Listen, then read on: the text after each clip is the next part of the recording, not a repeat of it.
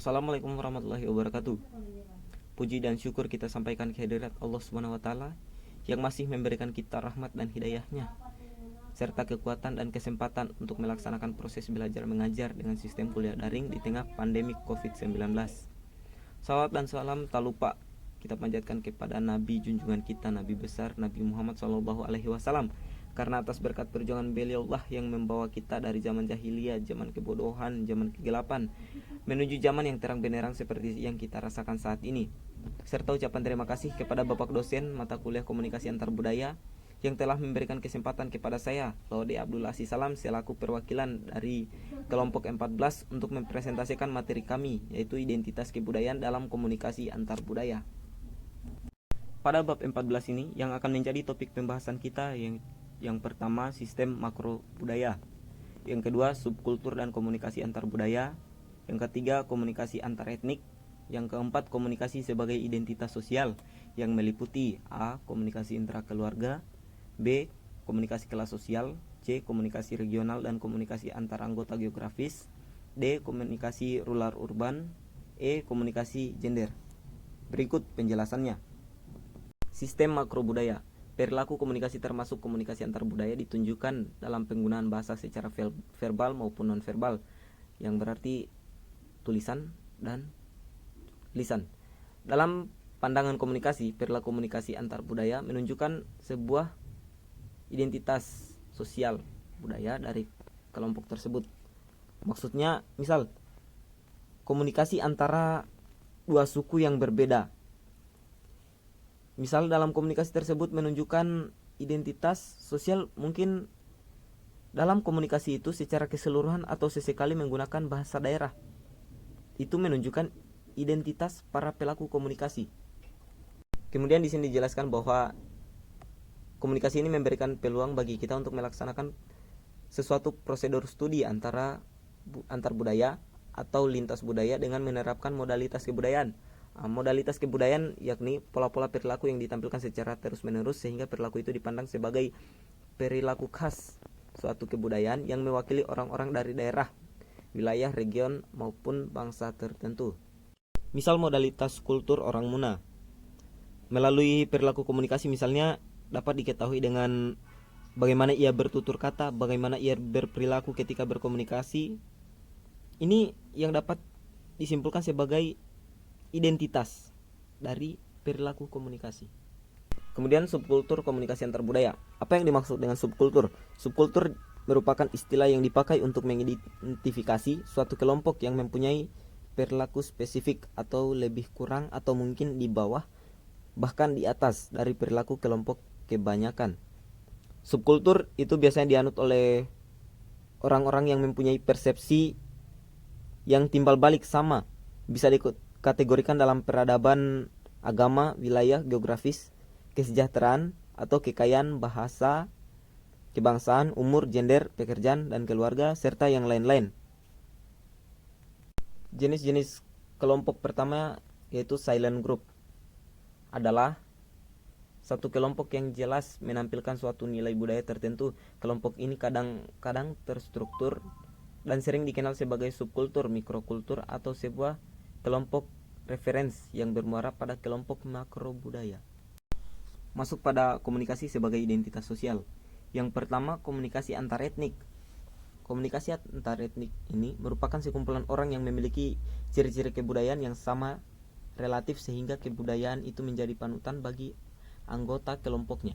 Dengan definisi tersebut, dapat kita katakan bahwa komunikasi antar pribadi atau komunikasi kelompok yang terjadi antara kelompok-kelompok agama, suku, ras,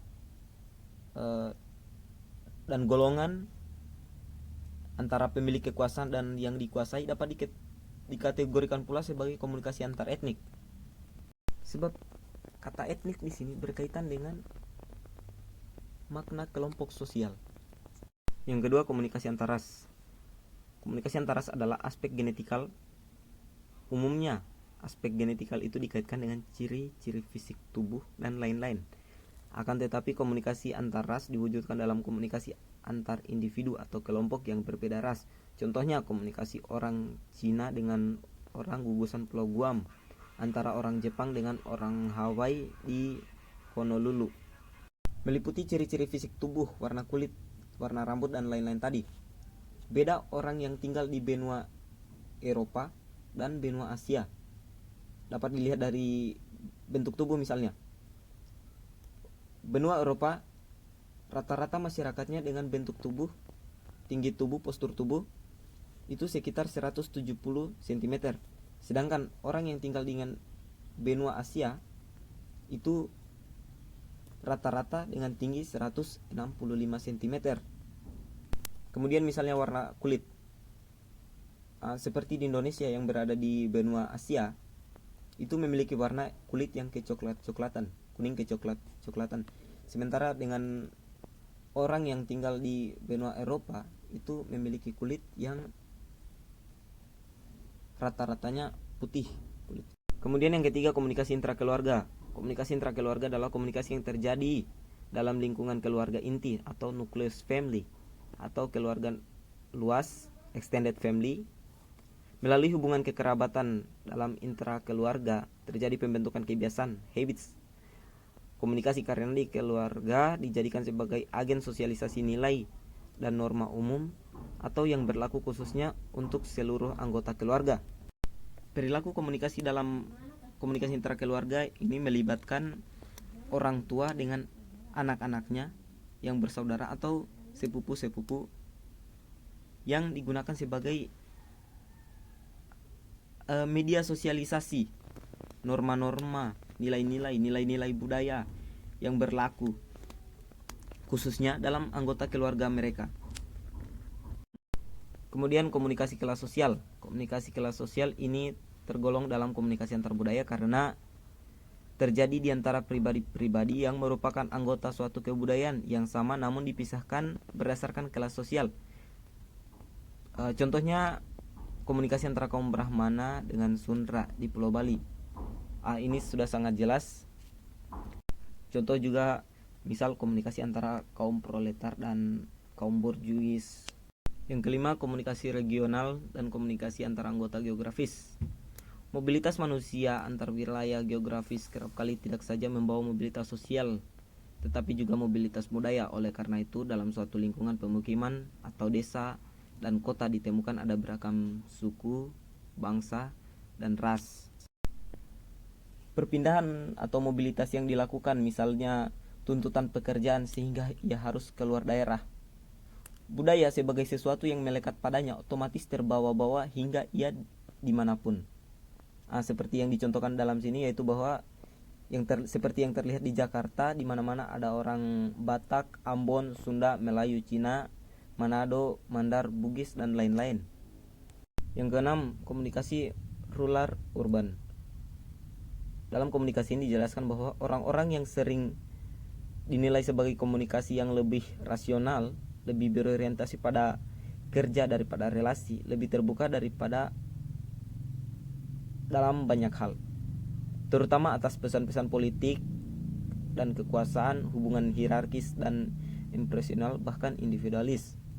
Sebaliknya dengan orang-orang desa yang dianggap cenderung tertutup, emosional, kolektif, magis, tidak realistis, lebih berorientasi pada relasi daripada kerja, dianggap kurang dalam komunikasi ini. Berdasarkan penjelasan itu dapat disimpulkan bahwa pada komunikasi ini perbedaan tempat tinggal atau geografis yang menyebabkan perbedaan gaya hidup berpengaruh terhadap perilaku komunikasi yang ditunjukkan melalui gaya berbahasa, penggunaan istilah atau konsep-konsep abstrak untuk menjelaskan sesuatu secara rasional, hingga kepada gaya berbicara, gaya berpakaian yang lebih terbuka dan bebas. Karena orang-orang yang di kota lebih berorientasi pada kerja daripada relasi, berbanding terbalik dengan anggapan mereka terhadap orang desa bahwa orang desa lebih berorientasi pada relasi daripada kerja. Yang terakhir, yang ketujuh, komunikasi gender. Studi tentang komunikasi gender umumnya bertujuan untuk membedakan pola-pola komunikasi antar pribadi dengan mempertimbangkan faktor perbedaan jenis kelamin. Kemudian perbedaan perilaku juga disebabkan karena perbedaan faktor-faktor persepsi antara personal maupun perbedaan latar belakang kebudayaan yang mengajarkan orientasi budaya terhadap perempuan dan laki-laki. Kadang-kadang dalam kehidupan sehari-hari kita menemukan perbedaan antara tampilan atau perilaku budaya antara perempuan dan laki-laki, termasuk perilaku dalam berkomunikasi atau gaya dalam berkomunikasi.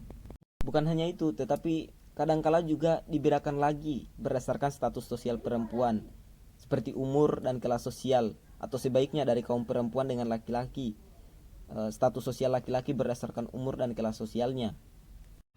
Itulah yang dapat saya paparkan pada mengenai materi kami. Mohon maaf apabila ada kesalahan kata dan sebagainya. Yang salah datangnya dari saya pribadi dan yang benar datangnya dari Allah Subhanahu wa taala. Sekian dan terima kasih. Assalamualaikum warahmatullahi wabarakatuh.